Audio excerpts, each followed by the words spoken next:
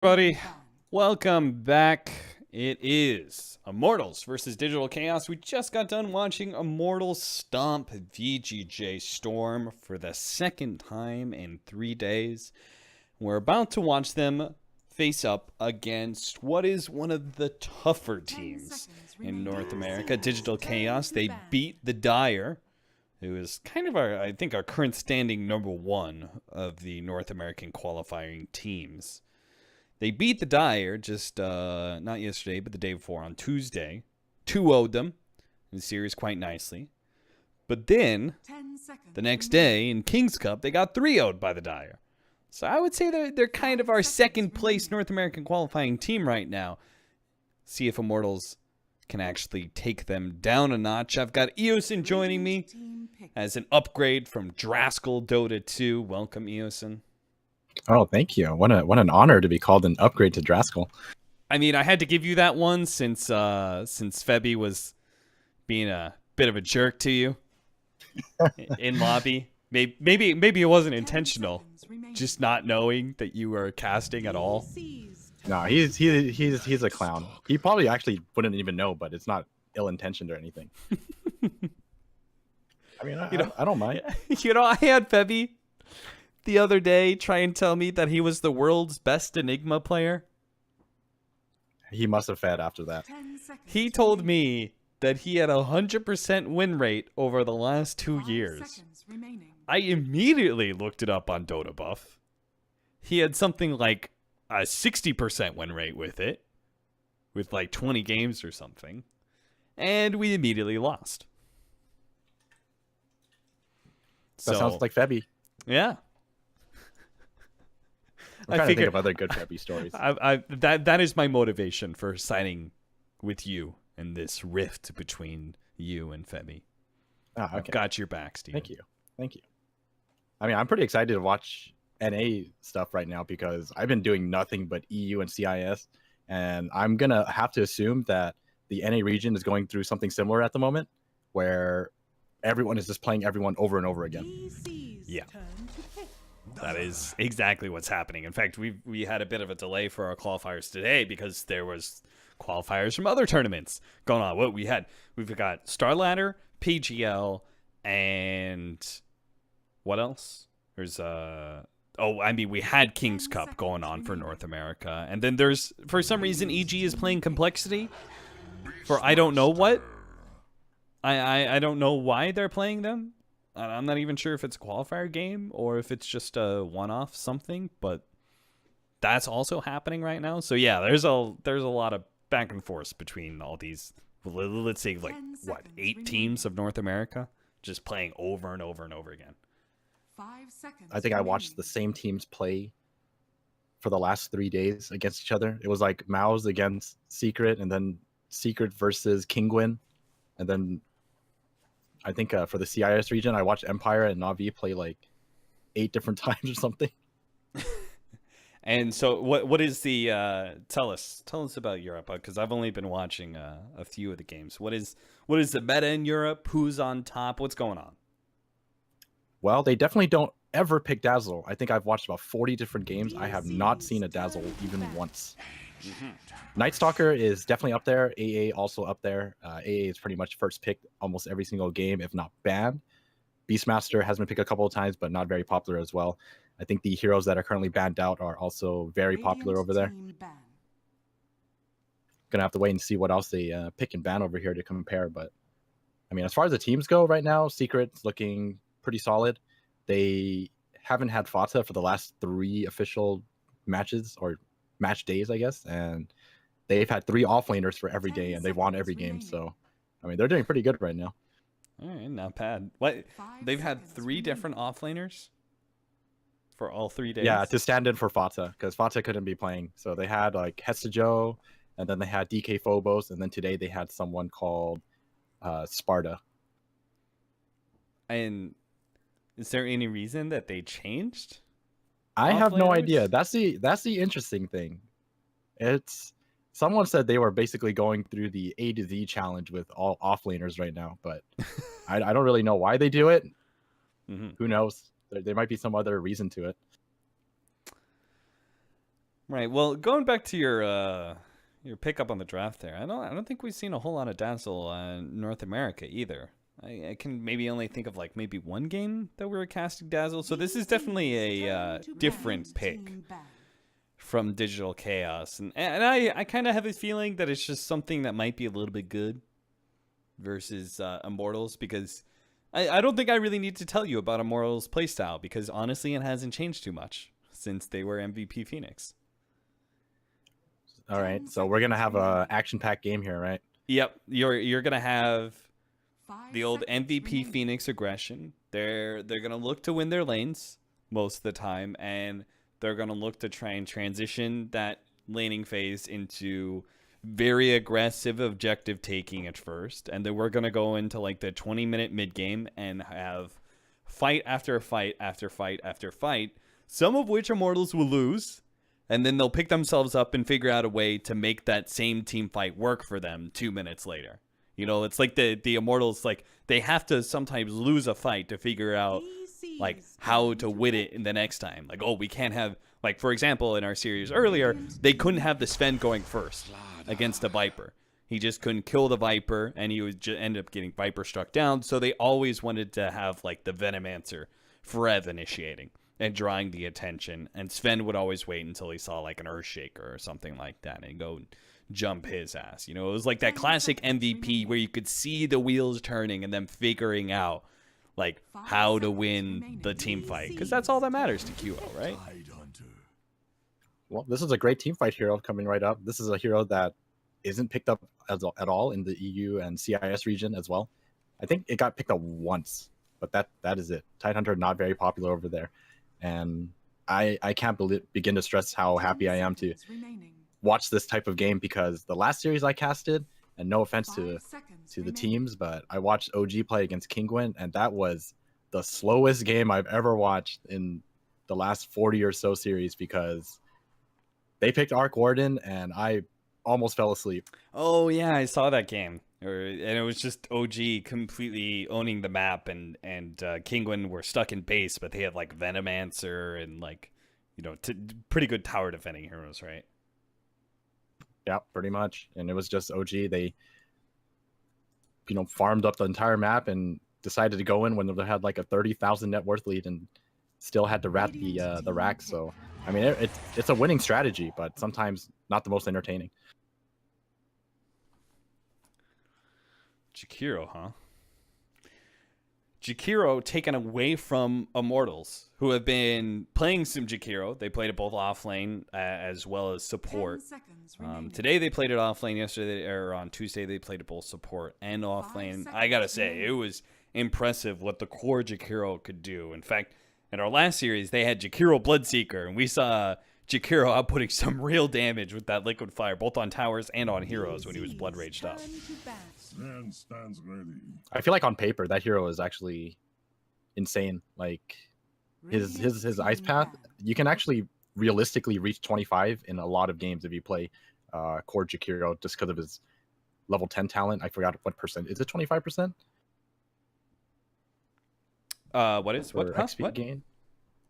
The Jakiro XP gain talent. Yes, I think it's 25%. I don't know. We'll find out once we go into the game.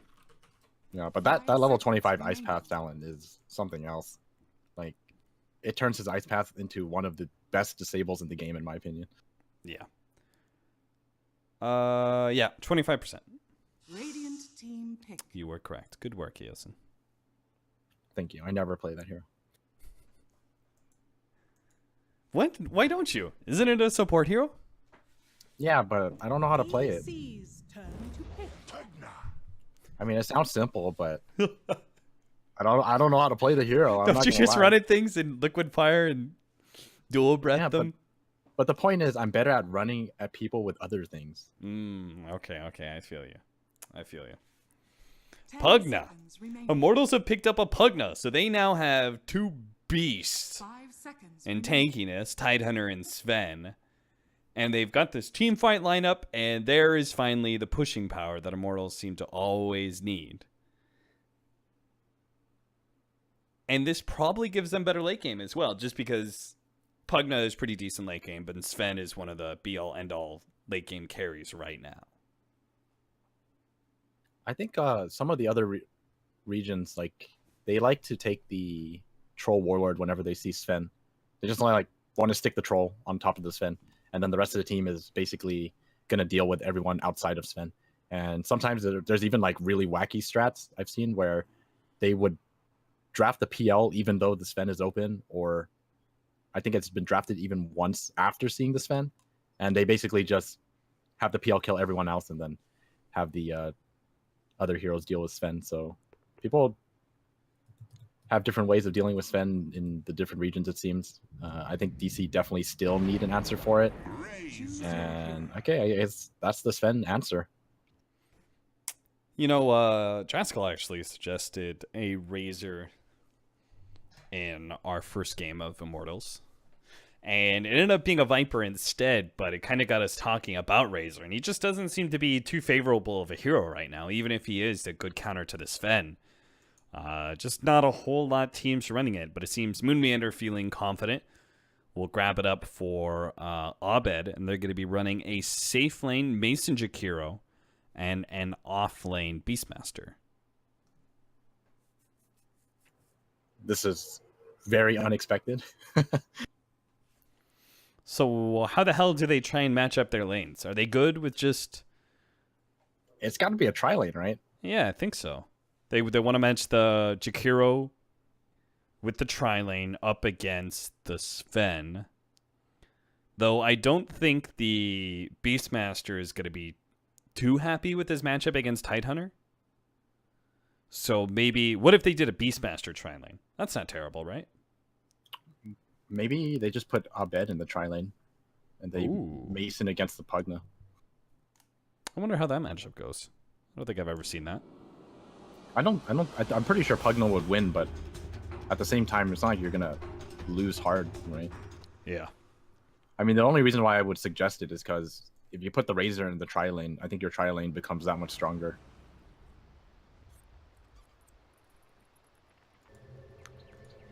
So you're leaning one way or the other when it comes to looking at this draft?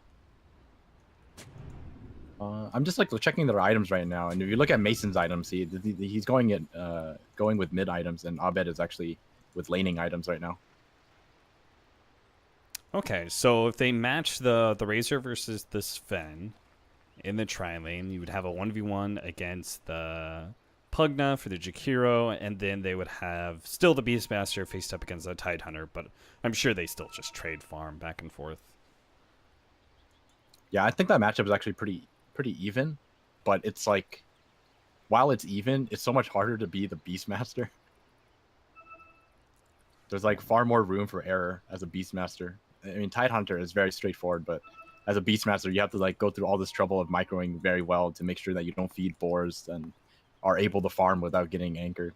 Yeah, don't get hit by the anchor or potentially lose CS because of your loss of damage. But you could already see he's picking up the very early Quelling Blade. He came out of base with 190 gold, so it looks like he has an idea of how to be able to do this matchup.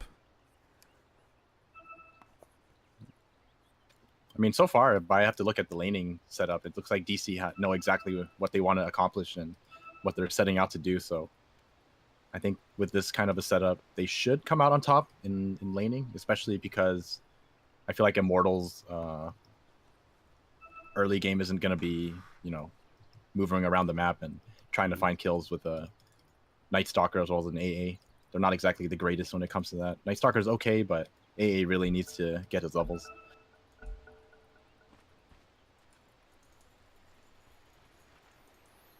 All right, we got our unpause, and into the game we go. So I'm looking at this tri-lane. The Sven, Sven versus Razor doesn't sound too good for the Sven, but they do have kind of a kill combination, right? They've got a stun, cold feet into a void slow. Like, that sounds like they could potentially win that tri-lane if they can actually just get kills. Not necessarily through the passive 3v3 where that Sven is just going to have all his damage taken away, but on the opportunity to get kills on the supports or maybe even the Razor himself. I think DC might be overthinking things. They're sending the Razor down bottom. I think they might be guessing incorrectly here. And this is gonna be first blood, maybe. Baited by the bounty rune. I love that like moment. You know, the bounty rune spawns. Nobody touches it. Moonmander thinks to himself, well, I guess that's me. I guess I take it. And then all of a sudden, the whole first blood homies rolling out from Immortals. They're going to be having their tri-lane versus the Beastmaster. Dazzle's going to be making his way back. They do, or at least should know, that there's some sort of observer ward in this area as the range creep spots out Febby. We're going to have an early gank on mid lane. Bulba is going to do the classic Bulba things, though he's not actually protecting Abed, which is usually his duty, but it is pretty normal for Bulba just to AFK in the mid lane for the beginning of the game and help out his mid laner as best he can. They're going to be going in for the lane rotations immediately. Tidehunter already TP'd up top. So it looks like DC actually were going for this kind of matchup, which is kind of interesting to me. I mean, Razor definitely does do very well against the Tidehunter, but I would have imagined that they would definitely try their best to pressure the Sven instead. So Forev is going to be chased away once again by another static link. It does leave MSS a little bit out to dry, but I'm sure like Razor's one of those heroes that you need to have the utmost best possible start you can get for him to be able to start winning that game. Yeah, that's actually a really good point. Beastmaster can always kind of do some recovery. And I think the opposite kind of applies to the Tidehunter, right? Where Tidehunter kind of needs his farm at the beginning because he's more of a farmy type offlane hero than others, right? Because he's going to not just get his Blink Dagger, but to remain relevant in the game, he needs more than just a Blink oftentimes. He needs Pipe or Mech or Guardian Greaves, maybe a Refresher late on to the game. Yeah, definitely. And this is like the perfect game for... Well, actually, would you actually consider Pipe in a game like this? Because I'm looking at the lineup and Jakiro, probably the only one that does somewhat of magic damage. You know, Abed does have the plasma field, but that's about it. Most of it is going to be physical damage, so we're going to see a lot of value in high armor stat items. Yeah, maybe he gets the Mech Guardian Greaves, but... Oh, mid lane. They're going to be able to get the stun onto MP. Now, he does have the Decrepify, and the magic damage has already kind of gone away, so shouldn't take any more. Bottom lane, MSS being run down pretty heavily here. They're going to leave Febby to it. Febby tries to get the last swipe, and the Cold Feet proc is not going to be enough to finish him off either, and Febby may just end up dropping a Moonmeander. Oh, couldn't quite get that last hit off. Maybe Bulba can. Moonmeander is just a bit too slow to be able to catch up to the Night Stalkers, so no first pickup for Digital Chaos or Immortals in this bottom lane, at least, where things have finally kind of settled. I think Immortals have accepted the fact that they're going to have to deal with Tidehunter versus Razor for the entirety of this laning phase. This is never a fun matchup to have. Any type of melee laning against a Razor in the side lane is the worst time ever. Yeah, and you can see it in his CS. Forev is 4-0, burned through most of his regen by now. He's not too happy. MP isn't too happy either, 16-2. His CS is actually pretty good considering he's getting 1v2 the whole entire time, but he might just die for the first time as they are going to be able to get that extra stun from Bulba, and that will allow Mason to be able to pick up the first kill for Digital Chaos. Very nicely done by Bulba. He's actually managing to pick up levels while being very active on the map. I think he's like made 2 laps around the map already, just running from lane to lane. Yubu just going to be sitting in this lane doing what Ancient Apparition should be doing. Trying to get your 6 as soon as possible. It's not doing too badly for it either. Almost having level 3 so far off of pulls. Febby, now that it's nighttime, will try and lend a helping hand at mid, but Bulba's already gone. Maybe they're going to go for a dive onto Mason with this creep wave pushing in so heavily. Could tank a lot of tower shots, but Mason is already backing up so far that it seems unlikely. Instead, they're just going to get some pot shots on the tower from the Pugna. I think this mid lane ward spotted out Febby, so Bulba draws the line out, telling Mason to back up. So the game is like pretty quiet right now, but we know how Immortals is going to be playing. When do you think they're actually going to start fighting nonstop? Is it the moment everyone gets their abilities, like A hit 6?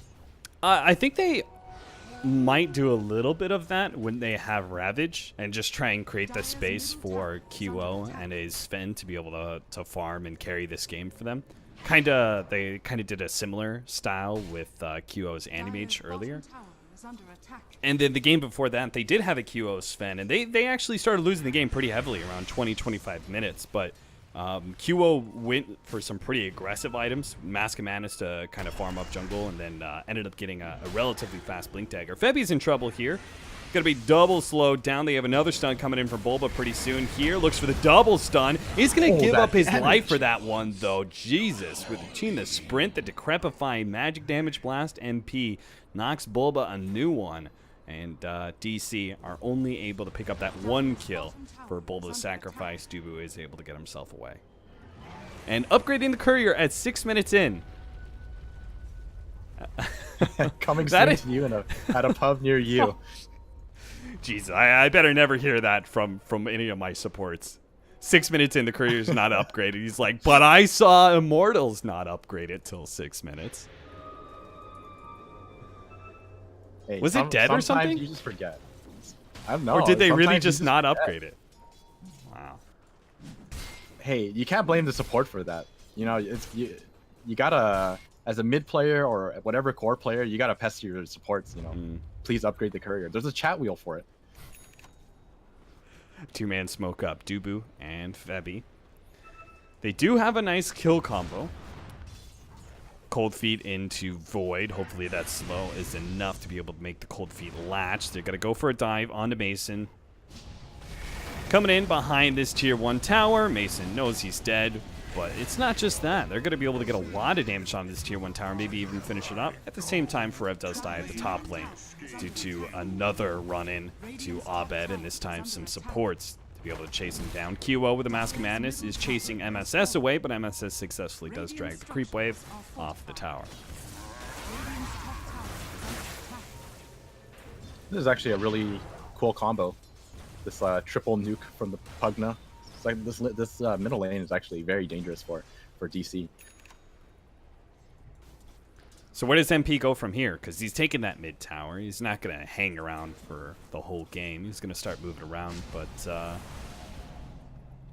where do you think he goes to first? Does he goes for the easy tower and just move towards bottom, maybe get behind MSS and take that off lane tower? Or does he try and fight the tri-lane for Forev, which would be a much more dangerous and risky move, I would say?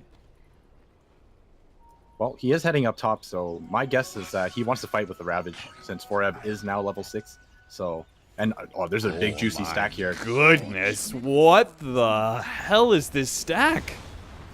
Oh, DC need to do something about this. I don't think you want to give this up. Why This did is too DC valuable. stack this up so much, or was Tidehunter doing it? How the hell did this happen? Meanwhile, bottom lane, they do manage to kill Dubu, but this stack is so much more important than any hero kill. Fortunately, Abed does come in and get a lot of those creeps with the great nuke.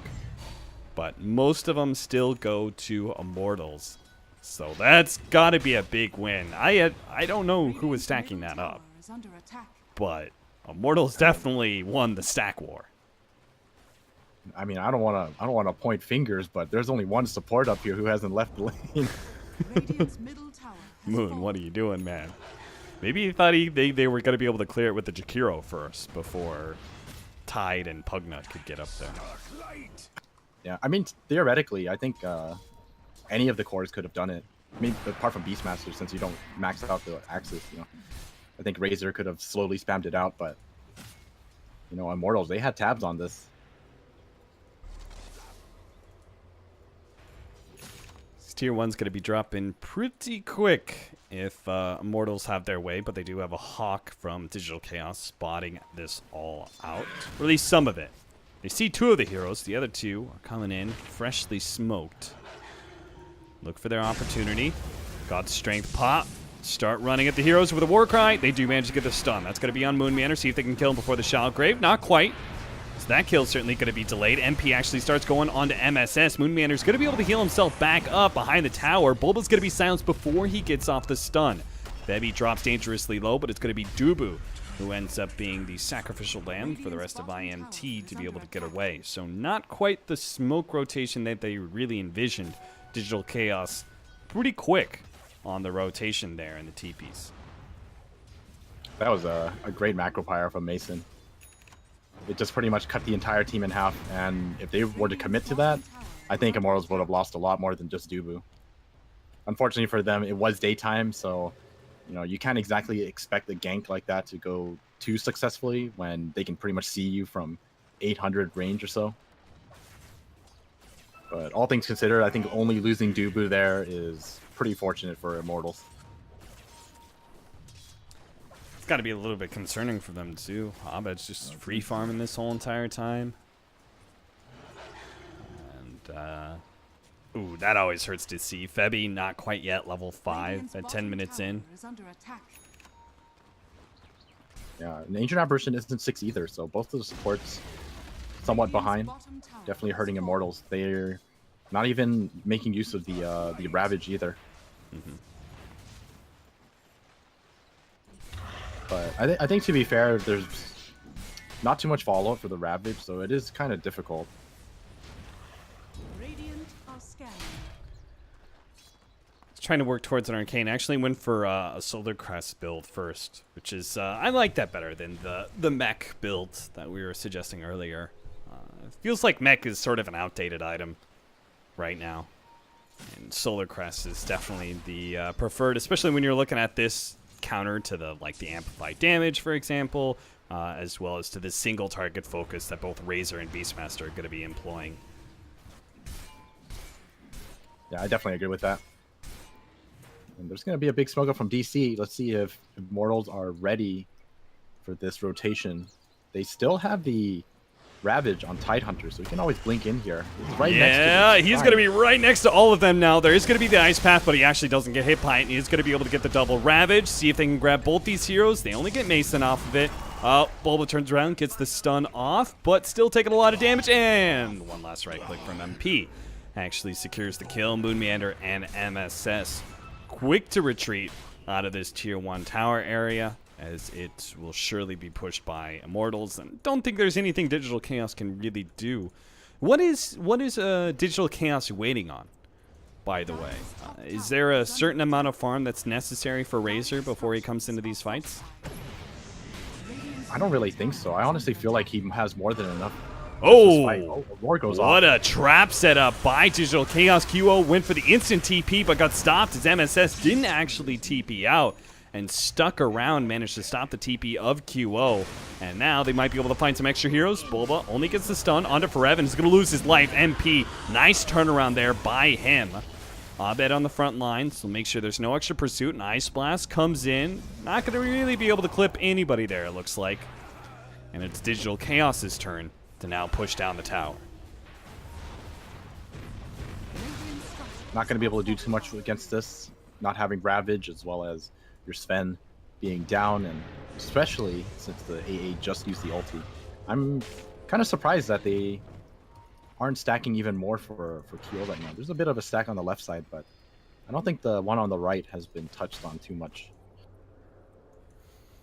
So it looks like Digital Chaos, their timing is just entirely based on like Ravage being used. As soon as Ravage was used, Abed was like, all right, time to fight, boys. And he's going to get really powerful soon when he's got that Hurricane Pike. I think once he gets that Hurricane Pike, Sven's life just becomes that much more difficult. So they're going to have to be careful about that. But I think even if there is a Ravage, I feel like it's not that bad to take a team fight with what they currently have. I think Abed is actually strong enough to contribute a lot in these team fights. MSS did go for a Medallion of Courage into the Necronomicon, so delaying that split pushing and team fighting mechanism a little bit, but Mason's going to be caught. He does, well, he does have TP, but obviously he doesn't have a chance to be able to TP out. With the Night Stalker right there, so another good catch by Immortals. 7-6, 14.5 minutes in. Digital Chaos are still up, but okay, not really. They're up by like 50 gold, and Immortals is actually up in experience right now. This is what I like to see. Radiant's The courier Sven who has goes been for a Blink Dagger first before anything else. So QO Dire's top tower is under gonna be attack. ready to fight once the next God Strength comes up. Gonna be using the rest of this one to just finish up the Ancients, and man, they're gonna get picked off. Not gonna be able to hold on to this tier 2 tower. This is a lot of pressure from Immortals. Yeah, this is just not great. I don't know what to say, like positioning from Digital Chaos or something, but they're simultaneously taking so much damage on the tier 2 while also losing that big stack to the Sven, which they had vision on. Now they managed to get a really good fight, though, potentially. He's a two-man stun entrance. The Ravage goes off, though. Here comes the Ice Blast, but Abed, he's honestly way too big. He's going to be able to latch onto Forev, and Forev is not making it out of here. Febby tries to go for a quick kill onto MSS, but has to run himself into the trees and won't be making it out alive. Triple kill for Abed. And there, finally, is the big fight for Digital Chaos to swing things in their favor. Did QO run past the ward? I feel like DC went for that engagement simply because I feel like they knew that QO wasn't going to be there. Yeah, they saw him farming the Ancient stack with this ward here. Oh, it just ran out. Okay, I see. Yeah, so I think that's Very definitely nicely what done. behooved them to finally contest that top lane. Radiant's bottom tower is under attack. I think that's like a bit of a miscommunication from Immortals. A little risky to go for a play like that when QO isn't ready to fight, no God Strength or health or mana. You have to go to the shrine in order to heal up. Roshan dropping fast and no Ravage. They're going to be a bit too late for that one. Bulba actually makes his entrance into the fight. Is going to die for it, though, and Digital Chaos are just not in a great spot for this one. But maybe they are. Abed's actually chasing away QO, draining all of his damage. Even if he dies here, still be okay, as he does have that Aegis. They're going to have to lay so much into him just to finish off life number 1, and that's why they don't even try it. They're going to lose MP, potentially Dubu as well. Dubu, yep, is going to go down. It's only going to be QO who gets out of that nasty trio. Brev stuck in the middle of all these heroes with his anchor smash time after time, slowing down the damage, but finally the big daddy arrives. Abed, once again, a triple kill for him, 9-12, and Digital Chaos start racking him and stacking him. This is starting to look really scary for Immortals because this Razor is... Oh, Febby, what's going on? You're just giving a free kill to Bulba. He tried to go for a ward mission at half HP and ends up getting caught in the process from Radiant's this middle very tower aggressive is under ward. attack.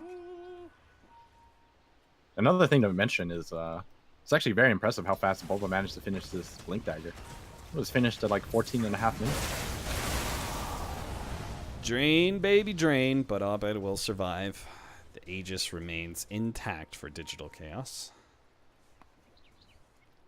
I'll take that. Since what has got to change for Immortals? Should they start shying away from team fights until QO's a bit bigger? What's the deal? I don't know if you can, but at the same time, now that there's an Aegis up on this Razor, I think you actually don't really have a choice but to play keep away until that runs out. MSS scouting out with the Invis rune, waiting for the perfect opportunity to strike. But they should know Ravage is up, and that should deter them from a full-on clash. Only looking for those easy pickoffs or some sort of way maybe to force the Ravage, but not too offensively. Digital Chaos seeing some of the heroes head up towards top lane. They're going to keep on pushing through to mid, leaving Abed as the only target of initiation for Immortals. They're all just huddled up in this tree line, making sure that no one else is going to get initiated on but the Aegis carrier. I think with this, they could potentially just go high ground, right? Oh, but they didn't want to fight. DC do not want Middle tower is Immortals under to attack. feel safe here. Dire's gonna be a top big tower engagement has coming up. fallen. Double back smoke. Bulba's going to make his entrance. Oh, no, Bulba. He loses life immediately. Now, that's pretty typical, but this time around, he doesn't actually get off any stun. Moon Meander's going to die instantly to QO. He managed to get a good time crit. Oh, no, that wasn't the Force Staff. That certainly isn't the Force Staff at all. QO stuck up on the cliff is going to be able to make his TP out. MP, just shy of getting caught by that ice path there from the Jakiro, is able to TP out as well. That was pretty much the Immortals' dream. They forced Digital Chaos back, got the tier 2 tower, didn't lose their own tower, and they managed to pick up the 2-for-1 trade. how did they manage to make that work? I'm actually very confused as to how that worked out. I feel like it actually started out with some miscommunication, because if you see your Tidehunter TPing out without casting a single ability, I thought they weren't going to fight, but the next thing you see, QO pops his ulti and he goes in. So that was a 4v5 with a very favorable trade for Immortals. Yeah, I can't believe, like, they started off with a kill on Bulba, and Forev TP's out immediately. I was like, man, that must be like a full team call to back out, but you know QO. He's never one to back down from a fight. Jesus Christ. Talk about, see, this is why I feel like in so many ways QO is an amazing player, but this is also why the team follows QO's direction and not the other way around. Yeah, I mean, there is no other way. It's just the QO way. Yeah, you're either with it or you're out, man. You know, Steven, I actually played a game with Forev where he played off-lane Slardar, and we had QO on our team.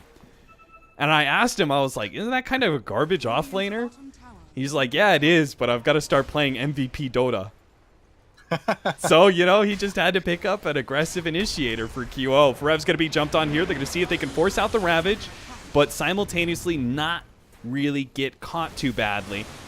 But a really good Force Staff is going to be able to get Forev onto the other side. Now they're completely surrounding Forev underneath this tier 2. Look at him just kind of poking back and forth. Another Force Staff backwards. Now he throws out the Ravage as they're a little bit overextended with the Ice Blast coming in hot. They could do some big time damage here with Abed. Drop it in low and fast, and here comes QO! He hits the big time stun, cleans up 3, and might be able to catch Abed as well. He's got to blink up in 4 seconds time.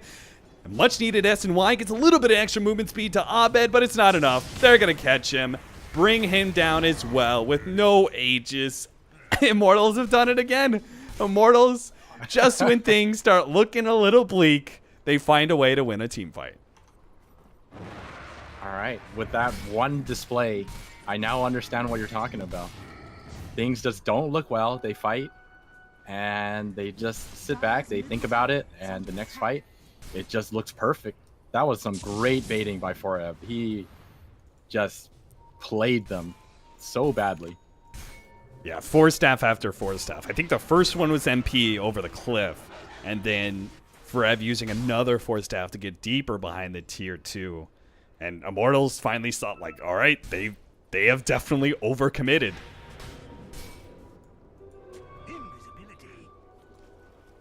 Still, even with a lost team fight, they are very, very close.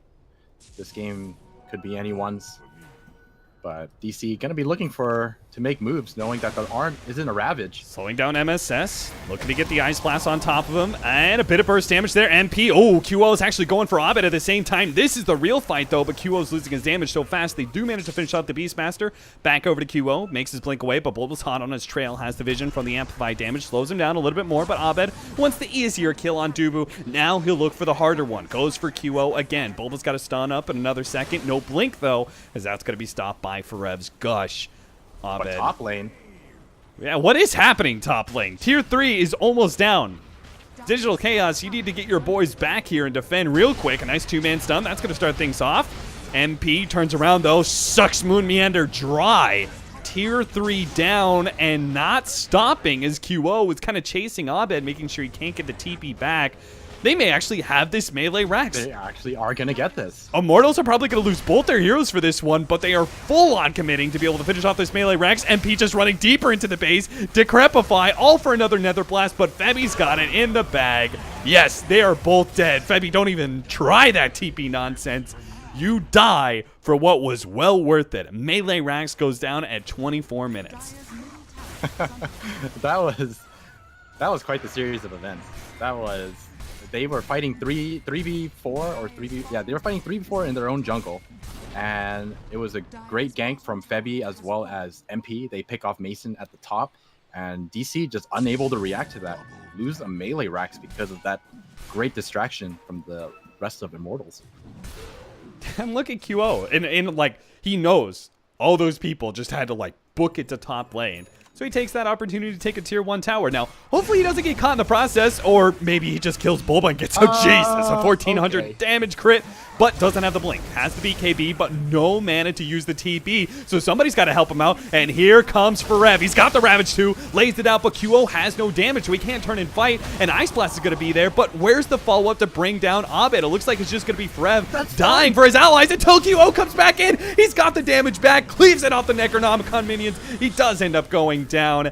2 for 2 so far. Abed's going to continue to fight this one out and actually dies to MP, force staff himself away from the axes, and survives a little bit longer until he ends up dying to the burn from Mason. Febby looks for the extra kill. Mason's so damn low, and he's got the Void on him too. Mason is just going to be run down here. He's got the extra movement speed. As long as he doesn't get juked around here, he's going to be able to catch up to Mason. MSS gets the extra kill on the back line though.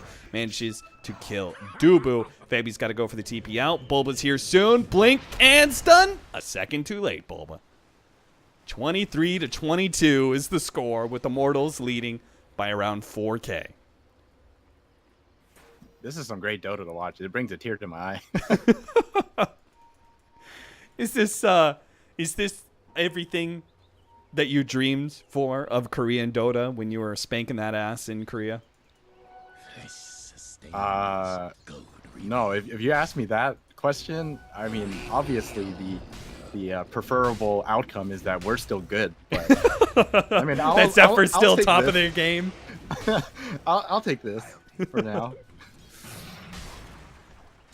Oh man, this game's getting pretty intense when it comes to the fighting back and forth. But do you think either team should be backing down?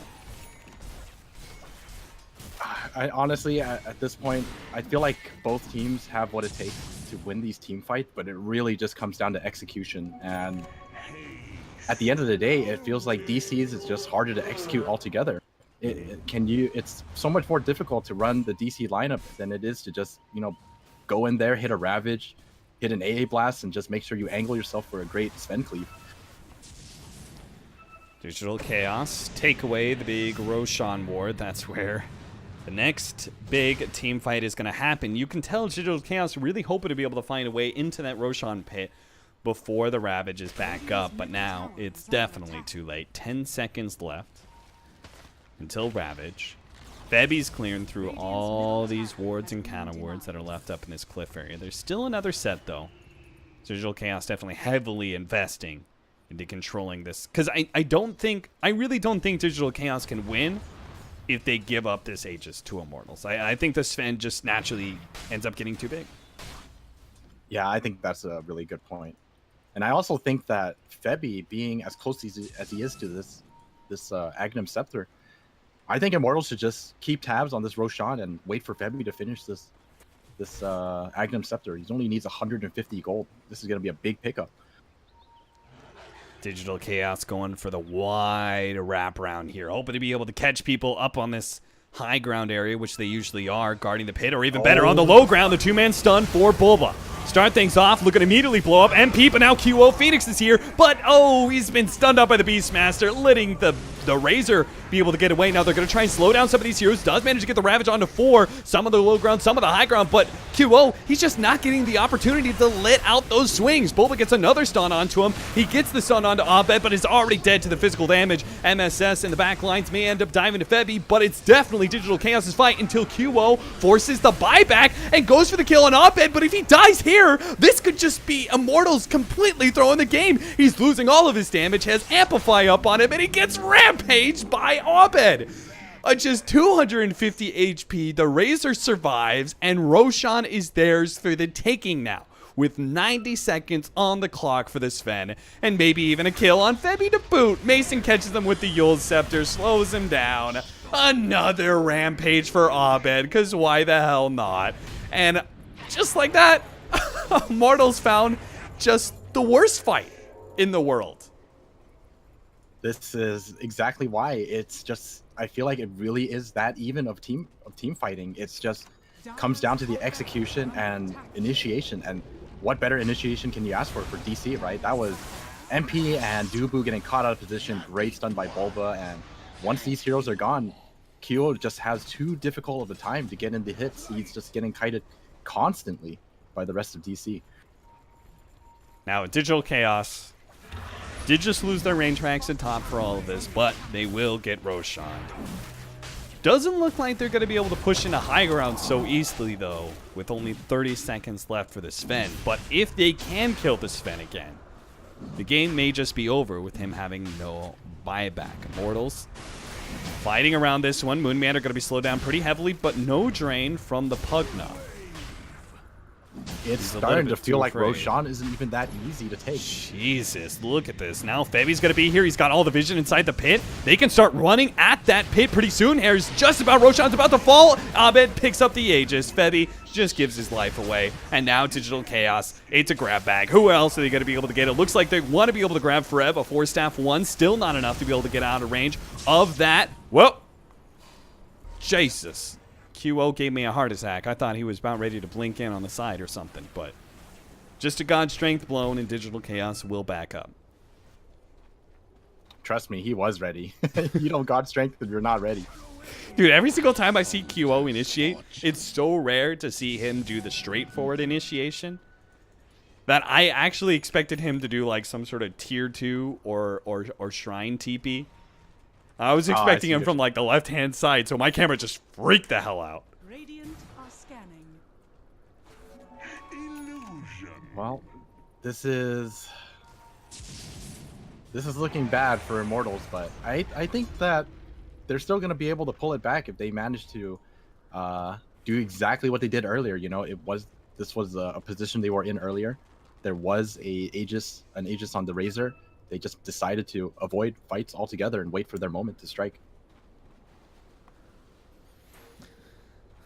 Now, some other teams, I would suggest at this point in time. All right, boys, hard loss. Gave up the Aegis. Don't have a buyback on Sven, but we still have the late game. Let's just play safe and farm up. But something tells me Immortals is just not going to do that. Well, sometimes you see an opportunity, you just got to take it. Look at QO, he's like farming the mid lane, doesn't even care. I'm waiting for them to like put into use this like smoke that Duru has. Something crazy, you know, like something that just makes no sense. You have no buyback, and the enemy team has Aegis. Only Immortals is the only team that I would think of that would like still go for the fight at that point. I mean, I feel like the success rate is fairly high because, like you said, it's just so random that no one expects it, and that includes their opponents. 25-29 at Digital Chaos do seem to have control of this game, but they are still a full lane of racks down. Let's not forget what happened by, what, 25 minutes or something? Melee Rax was taken at top lane. So Digital Chaos, they still have to be the ones to end this game. And they're down in objectives so far. So even with this Aegis, they still have yet to make use of this Aegis. And that's an entirely different thing.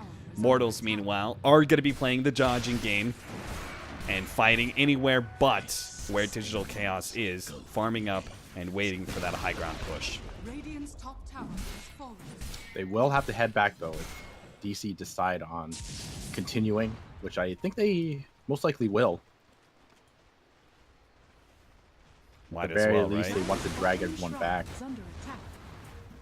Moonman just drawn pretty heavily that he wants to push out this bottom wave. Now, I think they still have a few more minutes when it comes to their Aegis.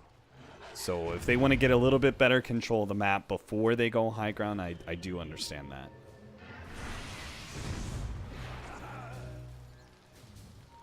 It's going to be very important to make sure that Febi does not lose this gem. All right, so they push the wave out, and what are they going to do? Like, are they smoke and immediately run back towards mid? Or are they just going to run in mid? No smoke required. They do have a boost of travel on Mason, so definitely want to take control of the map right now, make sure everything is pushed in so that they keep their options open. And they do have really good vision. I guess that is one of the cool things about what they just did, right? They pushed out top lane, they got really good vision, then they go to the other side of the map. Naturally, Immortals are going to try and farm where they're not, and they'll have really good vision of where they're farming and potentially get there in time to find the pickoff. Of course, that doesn't happen. Immortals quick to head back to their base. They know in what a dire situation they are and how much of this game is on Digital Chaos to make the plays. I believe the Aegis should be running out soon, right? Yeah, I'm gonna guess. Oh god, I'm gonna say they forced staff a Abed. minute and a half. Abed's gonna be okay for now, but does take about half his HP and just poke damage from Immortals, so that's a really good start for them. Of course, some of that's gonna be undone by the fact they've got. Okay, maybe not a minute and a half. Maybe it was half a minute. Yeah, close enough, right? Abed loses the Aegis. Digital Chaos do not get a high ground push with that extra life, but they do have the cheese still. And I feel like cheese is more important for Razor almost. Maybe not against Ancient Apparition Ice Blast, but just for the continuation of the first life where you've got that static link going on somebody. You know, I feel like Razor's not quite a transformation ult carry, you know, like Death Prophet or Lycan or one of those heroes, but he's kind of close to it just because of how important static link is.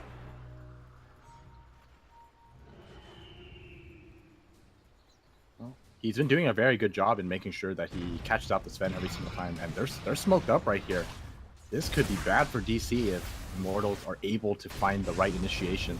God Strength popped. This is the QO. QO going for it, but his smoke has popped, and he's just blindly blinking in. He's going to go for Mason. Does manage to catch him. Shallow Grave immediately thrown out, and he is going to be Primal Roared. His BKB is going to be wearing out pretty soon, too. There goes the Ice Wall, and Abed is already right on top of him with the static link. QO has nothing to be able to stop this. He's trying to blow up MP next, as that was the big healer. Goes back to QO, takes one. He'll take MP as well. Boba slows him down. The Decrepify can only last so long, and with all that minus armor, they'll easily bring him down. Godlike Spree for Abed. Now it's his turn to potentially go beyond godlike as they're trying to bring down this tier 3 tower. No buyback in store for the Sven. Classic QO. Ran in. Oh, there's another stun on MP. Follow up. They might just be able to take him down. Surrounded with the Yule Scepter. Here comes the Ice Blast. Double Force Staff. Actually getting away from that little trap that was set by DC. But they'll turn their attention towards Forev. Thank God that was a miss. Because, Jesus, Abed is racking up the damage. Look at him. He's hitting for almost 400 damage a hit. Digital Chaos will take one lane of racks. They still have another 40 seconds till the Sven is back up. Can they get all three? I think they will be able to with 40 seconds. There's not too much that Immortals can do to slow this down. They don't exactly have the greatest of turtling. So I think this might be Megas. I won't say it's over, but... Oh, they catch out MP. I mean, if MP dies, surely it is over. Another Decrepify. 4 staffs galore. Get him out of the range of Abed. DC go immediately back to taking objectives. Now, with just 10 seconds left on the clock, they look towards that last lane of racks. But they've got an extra 94 damage on Abed. Just making things go a whole lot quicker. Another 10 seconds for our Night Stalker, though he's only a minor character in this team fight. And Digital Chaos are going to give respects QO and his Sven. They're going to back away, hoping not to get caught by Forev. Managed to dodge the Ice Path. Oh, Febby. Stun onto Febby, who TP'd onto the Shrine. Now there's a follow-up from QO. Managed to catch Moon Meander. They need much, much more for Immortals to have a chance to come back. Oh, MSS gets just ahead of that one, but there's the Yule Scepter to be able to put a stop to that TP. They ignore him and stop Mason's TP. Well played by Febby, maximizing the amount of catch. QO is going to come in and finish off MSS, making it 3 heroes that end up dropping from Immortals' small comeback. Well, once again, Immortals with their backs against the walls. That was, I mean, going all the way back to the very beginning, that was some great positioning by DC. I don't actually know how they knew when they were going to come in, but they backed up when Sven God Strength, and MSS positioned himself for a great roar, and they were all just kind of like in a big cone around the Sven, not really allowing him to even touch them. And if they lose the Sven, there's really not much that's going to win them the team fight here. Is there any big items that are coming up? Ooh, MP's Aghanim Scepter. That's certainly a big one. And have we seen the refresher? We haven't, right? He just picked that up? I think so. Oof. Jesus. Are we gonna see the game just end in a moment? Dire's middle I think tower so. is under attack. I think that's exactly what's about to happen, Steven. It's either going to be the most amazing... Like, they could even do it with one Ravage and potentially have the second Ravage for the buybacks or something like that. Like, something like that could happen for Immortals that allows them to be able to win the game. Or it's going to be Digital Chaos running them over with the BKBs. And that's the thing. I think it's all about the initiation and whether or not Abed gets off his BKB or he gets ravaged and ice blasted and brought down by Sven. Dire's Febby might get bottom caught here. shrine is under attack. They certainly cannot afford to give DC any running up high freebies ground. here. They're going to hold on to the shrine area. Frev forces himself down to slow down Moonman, but he's coming out pretty far here. This is kind of dangerous into the Dire Shrine. Pop in the darkness. Frev begins to back up, especially with Abed, who just soaked up 336 damage from an illusion. Probably not a great idea to fight into that. God, Abed's Razor is just so damn strong right now. He also has the butterfly, making it that much more difficult for Kyo to deal with right now. Since he's seeing he's gonna have to save for the buyback instead of going for MKB. And do you think this Roshan is the right play here? This looks really risky. I think it is because they have the double Ravage. I think it is very unlikely Digital Chaos successfully contest you, but especially since they do it so quickly. Look at him, it's already dead. Digital Chaos are good going to get point. there a tad too late. Now, But it they looks like are they going to still try wanna and fight. catch something here. They are going to be able to catch Febby here. Four staffs go. Oh, no. A total Oh, win for no. Forev. But a two-man stun. No. Abed gets off the BKB first. They're trying to chop down Bulba, but he already has the Shallow Grave on him. Bull stun's already used, and now QO starts getting kited around. an ice This is path. the disaster. This is the nightmare for Immortals. Forev, he's trying to dish out whatever damage he can. He actually kills. Oh, my God. He actually killed one, and QO got up the cliff. They're going to pop the shrine. And Forev, he's got the cheese as well. What? Oh, wow. Did they just pretty much double miss Ravage and still walk away with a 1-for-2 trade? Well, to be fair, the second Ravage was very good. It connected almost on the entire team, but that first one missed everything. And not only that, Mason hit a 4-man ice path that I was almost certain that would have ended the game. They lost Damn, the that cheese, is- but they kept the ages too. I mean, that was just so insane to me that on that second Ravage that they're just like, all the Sven's hitting is a shallow graved up Slardar. And I thought to myself, like, that's it. It's over. Like, that without a strong 5 seconds of Sven hitting things, you don't win that fight. And yet they somehow still manage with their various force staffs to cut their losses. It's crazy. That was some classic MVP stuff right there. I mean, Well- they're putting on a good show for us, so I'm happy. Yeah, they certainly are. You know, the next time they hit that ice path, though, it's going to get real bad. Because Mason is just that close to level 25. Yeah, he's jungling it away right now. By the time the next engagement happens, he's Dire's definitely going to have bottom it. shrine is under And he's attack. going to be going for Shiva's next. Has it finished, as well as buyback as well. Dire's bottom shrine has fallen. No Ravage for 25 seconds. Digital Chaos could just barrel through the front gates and go for that final set of Radiant's racks. top shrine They is can under still attack. play it a little bit slow because there's also still 60 seconds left on the refresher as well, which is still a significant advantage not having that double Ravage. Radiant's But DC top are going to shrine take for has the shrine fallen. first. And something tells me I don't think they're going to try and take advantage of the refresher being down and trying to rush things. I think that would I don't be... think they will either. This will definitely help Forev a lot. He picks up a Blink Dagger finally. Not too often you see a Tidehunter get the Blink Dagger as his 5th item, but I mean, I think he deemed it necessary because they do need a lot of force staffs against the Razor. Immortals start pushing out, feeling confident. With their double Ravage setup, Digital Chaos are sneaking their way through the right side. Well, that's not much of a sneak, is it? I guess they're just going for the shrine. There's nothing subtle about that at all.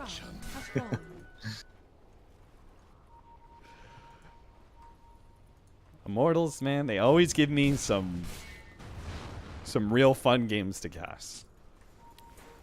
And Digital Chaos hasn't disappointed too much either. Their one series against Dire early on in this qualifier. Of course, King's Cup was a bit of a disappointment, but at least all three of those games were somewhat close. I didn't get a chance to actually watch any of them, unfortunately. Yeah, too busy being a traitor to your country, casting European Dota. Honestly, Steven, why do I gotta take what you can get, man? I'm not a first-rate caster like some of us are. Oh, so is that what the European Dota is? Scraps for you?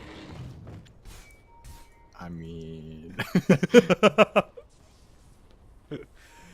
it's 30-33. 45 minutes in, you're watching the very first game of Immortals versus Digital Chaos in the beginning of the playoffs for our PGL North American closed qualifiers.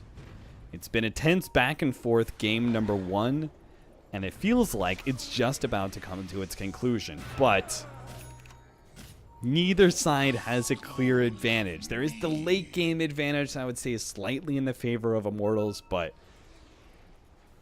there's also the anti-Sven Razor pickup that seems to be doing a lot of work for them so far. Immortals are in quite the awkward position. They're going to be able to get the Ravage onto 2. Second Ravage stopped by the Ice Path for Rev. Not going to be able to get that one off. I bet holding on to his BKB for the time being. Here comes QO Sven, but a little bit late to the fight. He gets on a Mason. Decrepify goes out. He doesn't have anything to swing on. Now starts going for Abed, who does not have a static link, so can't take away the damage of QO. Now a buyback from Mason onto the Necronomicon. Tier 3 starts trying to catch some of these heroes with the Shivas. Unable to do so, though. It's just Dubu that's died so far on the side of Immortals, but that costed them both their Ravages, and they really didn't get that much. Digital Chaos, talking about just banging down the front doors, this is definitely their opportunity to end the game. Alright, it's time to see if Immortals can hold this. QO does have a double damage at least, but there is no Ravage like you said. Static Link, force away, Abed taking a bit of chip damage. This is what Immortals really need to do.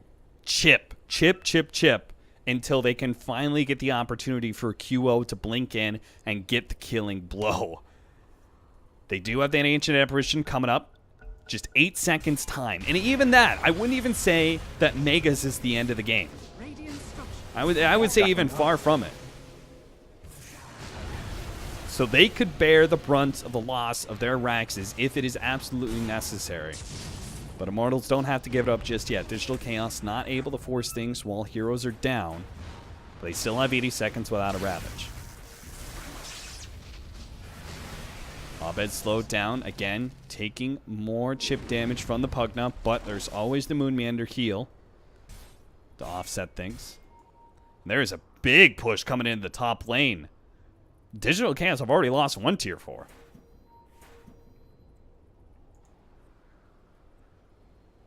Unfortunately for Immortals, there are still 2 tier 2 standing, so they can't even go for some sneaky types of plays to take down the remainder of the buildings in DC. But I didn't even notice this, but DC has already lost 1 tier 4. I mean, this is a potential opening, you know, for Immortals if they really need to rely on the ability to just go straight for the throne. All right, Steven. Some sort of freak accident happened to MSS. He's unable to get back into the game. You are now the offlaner for Digital Chaos in the closing moments of this game. Everyone's mics is muted for some reason, so you have to make the call. What do you say? What do you tell Digital Chaos to do to win this game? If I really wanted to win, I'd be like, go push out the lanes and wait for Roshan. No, if you only kind of wanted to win, Steven, what's your advice? Kind of wanted to win. If that was the case, I would have. Oh, and Mason is dead. Oh, maybe not. The Shellgrave's going to come through. Now, they do have the Ice Blast over that hero, so he's definitely dead. Moon Meander won't be able to heal him up. MSS in the back line's actually being taken out by MP. A nice two-man stun. They need to get QO out of here, but he's already dead. Abed finishes him off. MP still dealing with the backline heroes, though, but can't save himself. Or maybe he can Decrepify and all that heal. Abed's getting a ton of Midas armor onto it, but he can't deal any of the damage. He's down. He has the buyback, but 3 members of Digital Chaos do not, and Immortals know that. They know there is no buyback from 2 of those heroes. They've already used it. And Beastmaster is just a fortuitous happenstance that he's actually missing 200 gold for a buyback. Oh, and this is some classic MVP, or sorry, Immortals play right here. They're just going for it. Throne already down to half HP, and they've got the Ravage up, ready to go. Rev lets it go. Nope, QO. Oh, He QO ignores. is He's ignoring the heroes. Screw that. I'm taking the throne, boys, and there's nothing you can do to stop me. Immortals will take game number 1 against Digital Chaos. This wasn't how we predicted it to happen, but close enough. Something along the lines of what we predicted earlier did happen. Yeah, I don't think anybody could really predict some of these games, man. That was a crazy ass game. And one hell of a hype for game number 1. But we are going to take a break. Take a short break. We'll be back with game number 2 of Immortals versus Digital Chaos.